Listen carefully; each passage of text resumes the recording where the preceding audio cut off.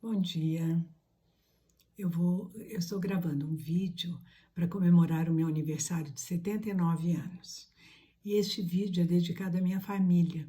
Então são as perguntas que os membros da família fizeram para mim e eu vou responder. Mas antes de começar o vídeo, eu quero ler uma coisa significativa para mim e é o contexto de tudo que eu vou responder. O Jung escreveu assim: a questão decisiva para o homem é: está ele ligado a algo infinito? Essa é a verdadeira questão da vida.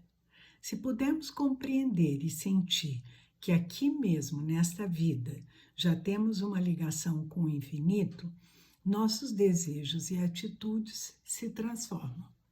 Então, todas as perguntas que foram feitas para mim e que eu vou responder está dentro desse contexto.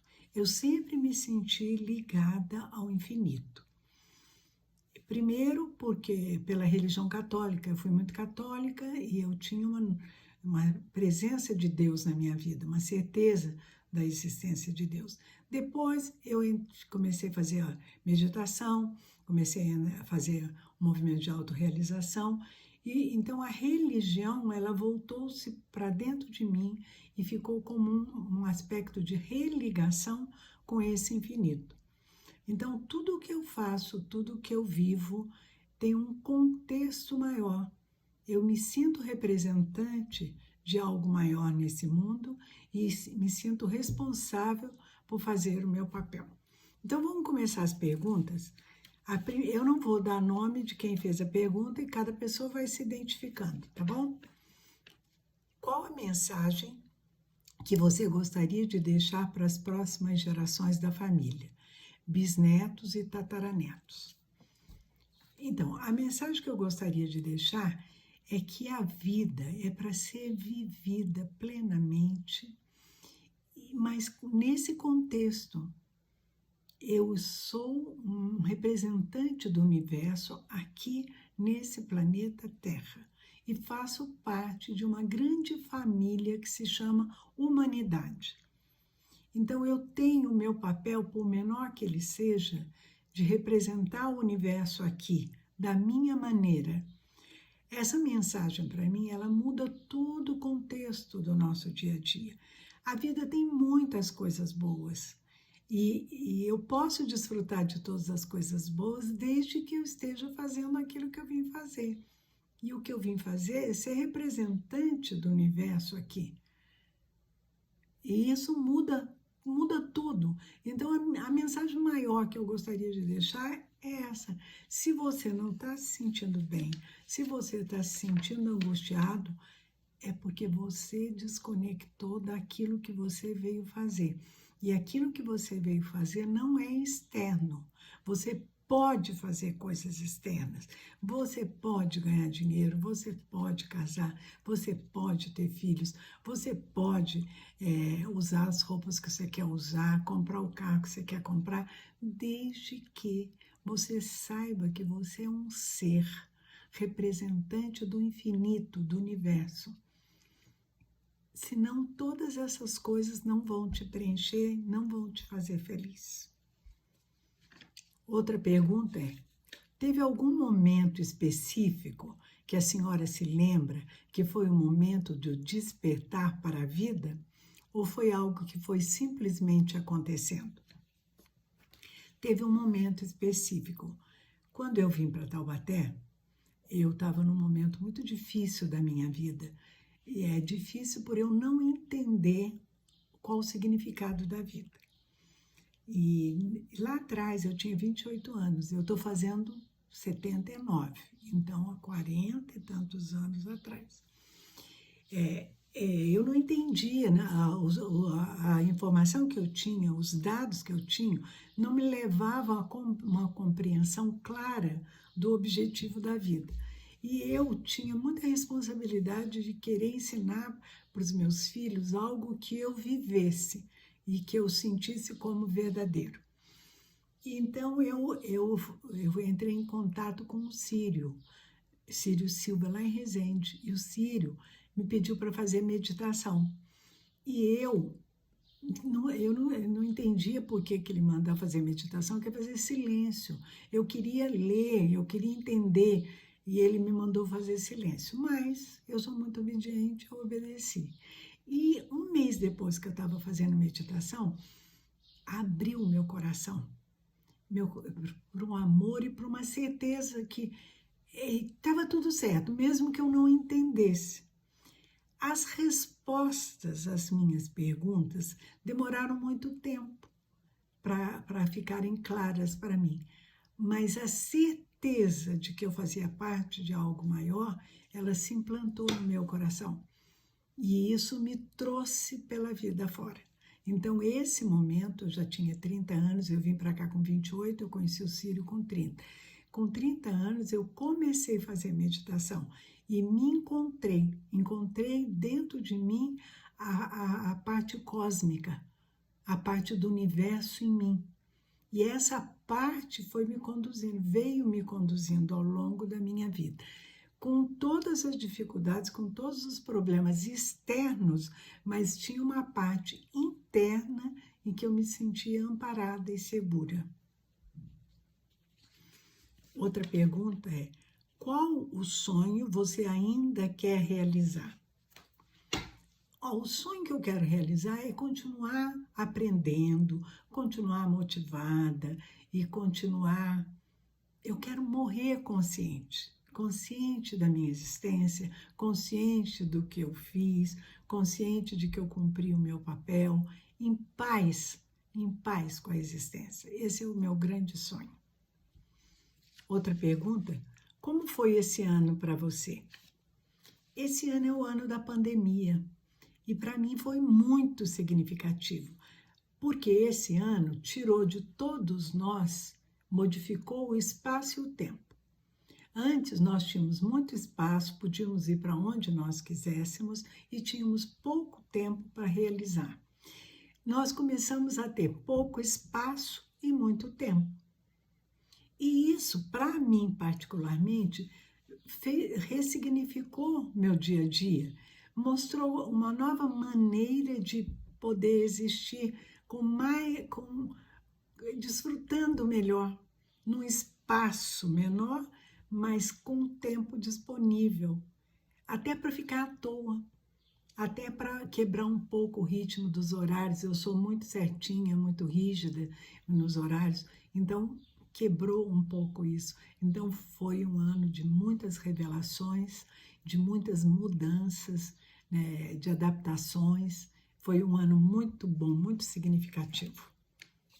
Outra pergunta é: se você pudesse escolher fazer qualquer coisa que a deixaria muito alegre nesse momento, o que você faria?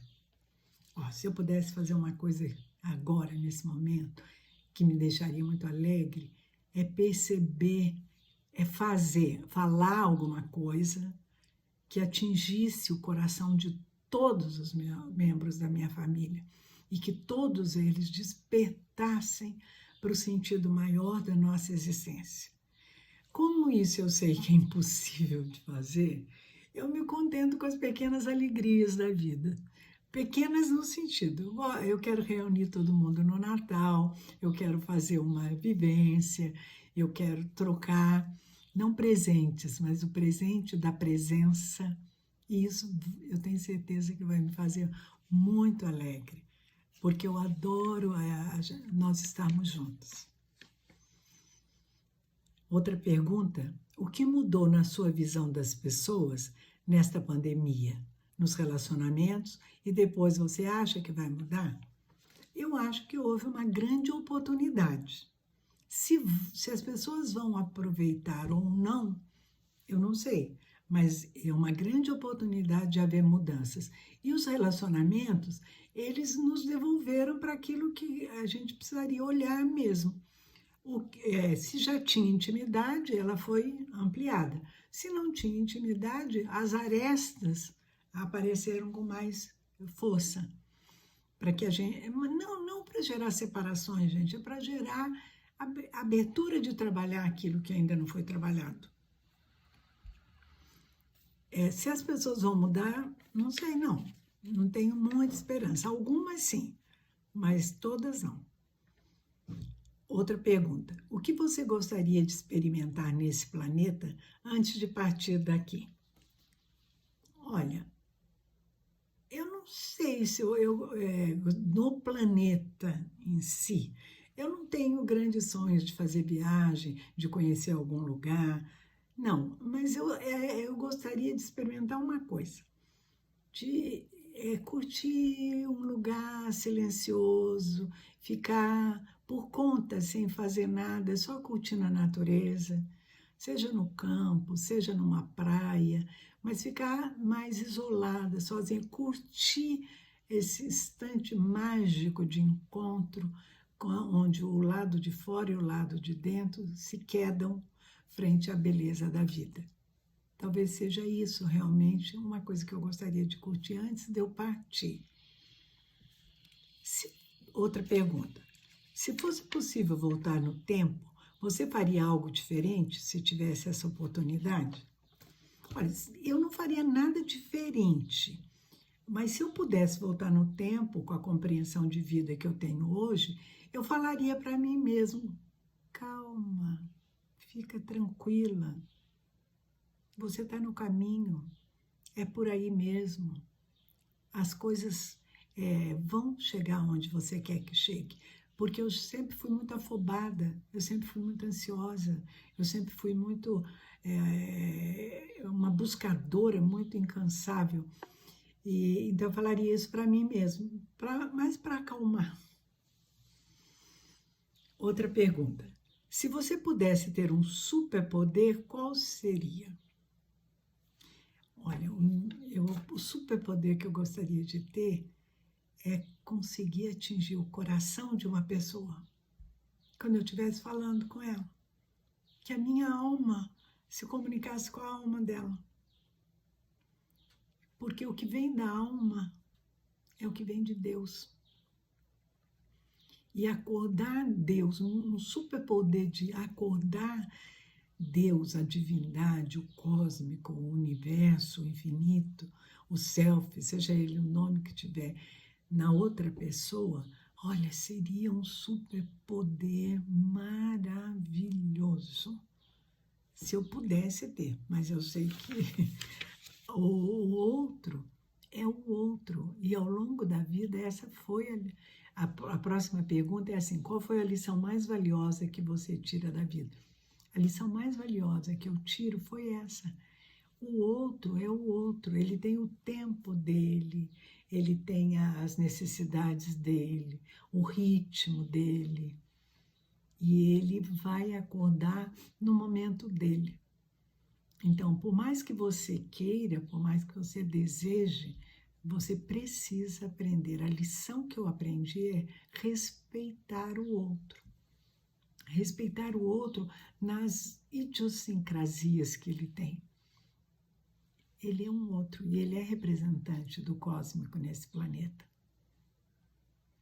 Outra pergunta é: qual foi a coisa que você falou sim e que gostaria de ter falado não? Essa pergunta eu não vou responder. Houve uma coisa na minha vida. 79 anos, eu tenho uma coisa que eu não gostaria de ter dito sim, mas eu disse em nome de um respeito muito grande que eu tinha por essa pessoa que me pediu para fazer uma coisa que eu não queria fazer, mas eu fiz.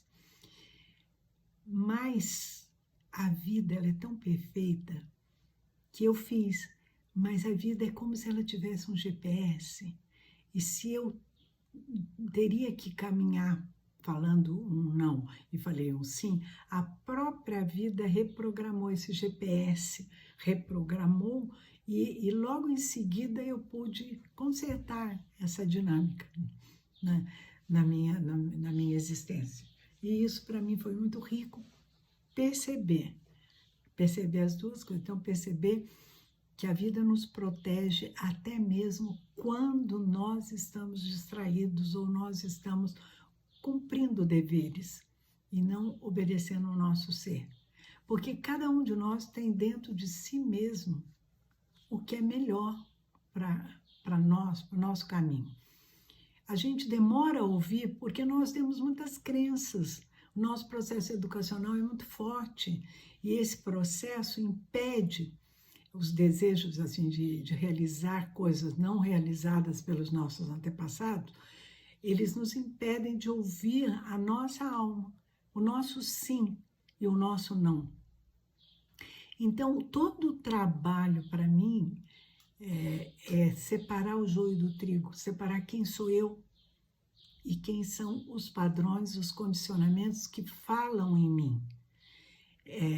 Isso pede um trabalho, pede uma terapia, pede uma paciência de olhar para si mesmo e fazer essa discriminação.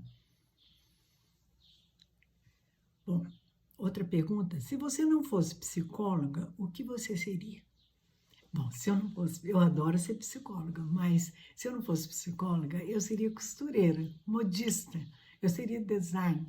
Eu acho que eu teria uma marca, eu acho que eu teria uma maneira, porque eu adoro moda, eu adoro a beleza, a estética da roupa, a combinação. Adoro olhar isso, olhar, ver as vitrines, ver o que está usando. E já gostei muito de costurar. Hoje eu costuro muito pouco, mas costurar para mim é tecer. E a vida é uma tecelã. Então eu me identifico com o tecido da vida. E quando eu aprendi a costurar, eu morava em Vitória. Eu costurava de qualquer jeito, mas quando eu morei em Vitória, no apartamento de cima morava uma costureira, uma modista mesmo. Ela chamava Zenaide. Ela me ensinou muita coisa. Eu tirava molde, naquela época tinha uma revista chamada Buda, e era alemã, e eu tirava os moldes para ela, rematava a costura e ela ia me ensinando. E ela falou uma coisa muito significativa, que ela falava assim, Lígia, nós temos que cobrar para fazer uma roupa, porque o tecido é inteiro, e a gente transforma esse tecido inteiro numa roupa, ponto por ponto. Olha que coisa bonita. Então, eu seria modista e seria feliz sendo modista, porque lidar com a beleza, né? Da beleza da roupa, a beleza da pessoa vestir e se sentir bem naquela roupa, né? Outra pergunta. Olhando para trás, tudo que você já passou, qual a sensação que vem para a senhora e o que a senhora sente ou pressente que virá? Para mim, eu pressinto que daqui para frente, apesar de na família poderem ter problemas sérios, eu sinto que pessoalmente eu estou mais em paz, eu estou mais tranquila e eu pressinto a minha velhice de uma forma muito tranquila, aprendendo, porque eu gosto de aprender. E acho que nós estamos num momento super rico do planeta, porque as informações estão jorrando, pessoas, gente muito capacitada, trazendo coisas, informações novas sobre o funcionamento da psique, sobre o funcionamento no campo da medicina, no campo das ciências, em todos os sentidos.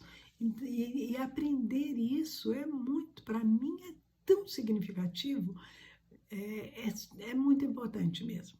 Então, eu pressinto uma coisa muito boa, não pressinto nada ruim, não. Então, a outra pergunta é, se você pudesse compartilhar alguma coisa com a Lígia lá de trás, o que seria? Eu acho que seria isso que eu já falei. Lígia, vai com calma, não fica afobada, fica tranquila. Eu sempre fui muito, eu acho que meu processo começou porque eu queria entender e queria passar o melhor para os meus filhos. Então, isso me gerava muita preocupação, no sentido de dar conta dessa tarefa. Lógico que para passar para eles, eu tinha um compromisso de viver em mim. E ao viver em mim, eu fui me transformando. Então, esse compromisso que era só com eles, ficou um compromisso com a família humana, com o ser humano que se aproxime de mim, e em primeiro lugar comigo mesmo. Né? Então, se eu pudesse compartilhar alguma coisa com a Lígia lá de trás, era só para ela ficar mais tranquila, que o que ela estava buscando ela ia encontrar. Ela ia encontrar e ela ia ser muito feliz. A outra pergunta é: há algo que a senhora gostaria de falar e não falou para a família? Olha, eu acho que eu já falei até demais para a família, eu sempre falei. Há algo que eu gostaria que a família fizesse comigo, não que eu fizesse com a família. O que eu fizer, tudo que eu tenho vontade de fazer com a minha família, eu faço. Então, eu gostaria de uma, sei lá, de uma participação maior, não no sentido só de controle um da vida do outro, não. No sentido de participação, de saber como que o outro está, de saber como que o outro pensa a vida, como, mas isso eu gostaria que a família toda tivesse. Mas cada um é um, eu respeito, de verdade. Isso não é uma frustração. Eu gostaria que fosse assim, mas também eu entendo perfeitamente por que que não é. Outra pergunta: o que a senhora nota que é algo que é transgeracional na família? Olha, eu noto muito, eu olhando para minha família de origem, minhas irmãs, meus irmãos, e eu me trabalhando, eu vou percebendo padrões que estão em mim, mas que não foram criados por mim, que eles vêm transgeracionalmente para que eu possa olhar para eles e resolver. Quando a gente fala resolver, dá a impressão que aquilo precisa ser resolvido no concreto. Não, precisa ser observado e precisa ser identificado como um padrão. E a gente precisa fazer as pazes com aquela polaridade. Então, uma coisa muito importante que eu queria deixar para a família é assim: o padrão ou as coisas que acontecem com a gente e que muitas vezes a gente não identifica como é que isso aconteceu, por que que eu falei isso, por que que eu fiz assim, ou por que que o outro fez, por que que o outro me trata assim, são polos opostos que estão pedindo harmonização, estão pedindo encontro. A consciência se faz com a união dos opostos. Então, é muito importante que a gente entenda isso, porque vão ter problemas sempre, porque o polo que não está aceito dentro de nós, ele vai aparecer do lado de fora. E quando ele aparece do lado de fora, ele tem o nome de problema. Eu encaro como um problema, uma traição que o outro fez comigo, e na realidade o outro está exercendo um papel para me mostrar alguma coisa que é minha. Não existe esse outro, o outro é um espelho de mim. Então, se eu recolho essa projeção, eu recolho, seja lá o que for, eu recolho e eu harmonizo dentro de mim, eu faço os polos se encontrarem. O que eu desejo e o que aconteceu. Eu desejo X, aconteceu Y. Eu faço os dois se encontrarem e formo a consciência. A consciência, ela não é dada, a consciência é conquistada. E quando eu